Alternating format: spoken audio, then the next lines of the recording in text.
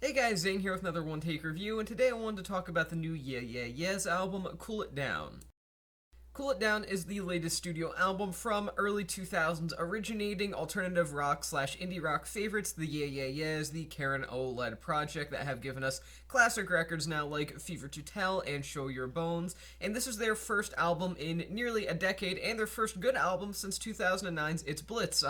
Sorry, my sincerest apologies to all the Mosquito fans out there, but that was just not a good album, and for a while it seemed like Mosquito was going to be their last record as well, and that was a damn shame because it was such a major whimper to go out on. But thankfully, the band are back, and with some new sounds and some new palettes in terms of aesthetics and textures that are interesting and allow this record to stand out in their discography.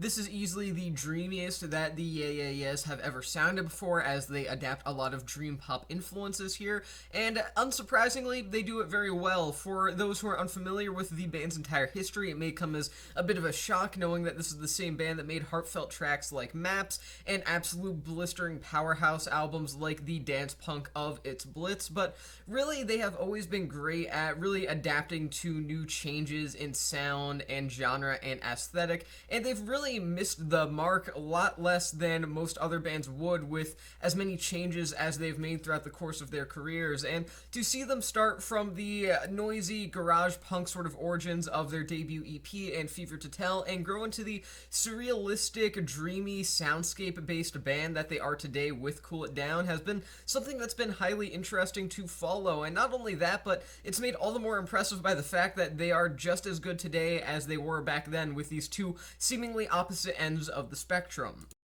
Admittedly, Cool It Down feels more like a Karen O solo album than anything else. A lot of the record is heavily reliant on her lyricism. There are a number of spoken word passages here that are delivered by her with her own poetry and songwriting, and overall it just kind of feels like it's centered around her. And you could argue that the Yeah Yeah Yeahs were always centered around her. I mean, even in the early 2000s when people were starting to first talk about them, it was always talking about her vocal performances or her insane stage antics of the time, pouring beer all over herself and writhing around on stage. It was always centered around Karen O, but there are two other members of this trio, and they go heavily underrepresented on Cool It Down. But then again, you could argue that they have throughout their entire discography, too.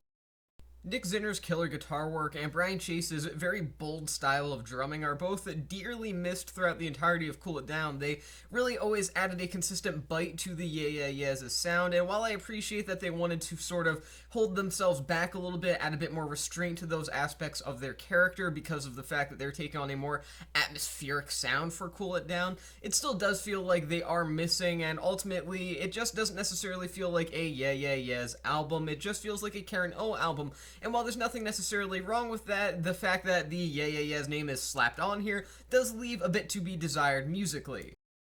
However, there is a lack of musical rawness, admittedly. That is something that I just stated, of course. I mean, the lack of guitar work that's very intense, the lack of drumming that's directly in your face, all make up for something that's not necessarily the most musically compelling thing in the world. But what it lacks in musical rawness, it makes up for in an abundance of emotional rawness. A song like Wolf is intelligently structured and done so in a manner that can make your ears perk up if you aren't familiar with the Yeah Yeah Yeahs or don't know what to expect from Cool It Down, and also really tug at your heartstrings if you are in the right mood to have that done to you, at least, while the album closing spoken word track Mars leaves things on a subtle but bittersweet note that feels very final, and if this ends up being the band's last album somehow, then at least they go out on a pretty reasonably fair and strong final note. Of course, the increase in electronic influences, the usage of things like drum machines, does ultimately leave a bit to be desired in terms of directness again, but nonetheless, the Yeah Yeah Yeahs have always been a compositionally confident band, and they still are to this day, and they make sure that just about every single second of this album, even on some of the weaker and less powerful tracks, are made to good use, and really just bring a lot to the record overall, ensuring that nothing on Cool It Down feels inessential or unnecessary by any means. So overall, Cool It Down, while not super impressive or anything like that, and maybe not the most appealing to pre-established Yeah Yeah Yeahs fans, is a strong enough record overall, and one that is fairly good compared to, well, especially compared to Mosquito, but even compared to the band's superior works, their first three records, Fever to Tell, Show Your Bones, and It's Blitz. Those three albums are miles better than this one, but Cool It Down is still a strong enough release that is recommendable if you are looking for dreamy indie pop and indie rock with slight electronic influences. Now, is it some sort of fitting finale for the Yeah Yeah Yeahs, this somewhat legendary band, if this does happen to be their final record? I don't necessarily think so, and I'll leave that for you to decide. I mean, frankly, everything I talk about is for you to decide. You're just listening to me rant about my opinion, but my point still stands. I don't necessarily think this is the greatest way to go out in the world if this does end up being the band's final record, but nonetheless, it's still something that I would recommend. I'm going to give this record 3.5 stars out of 5.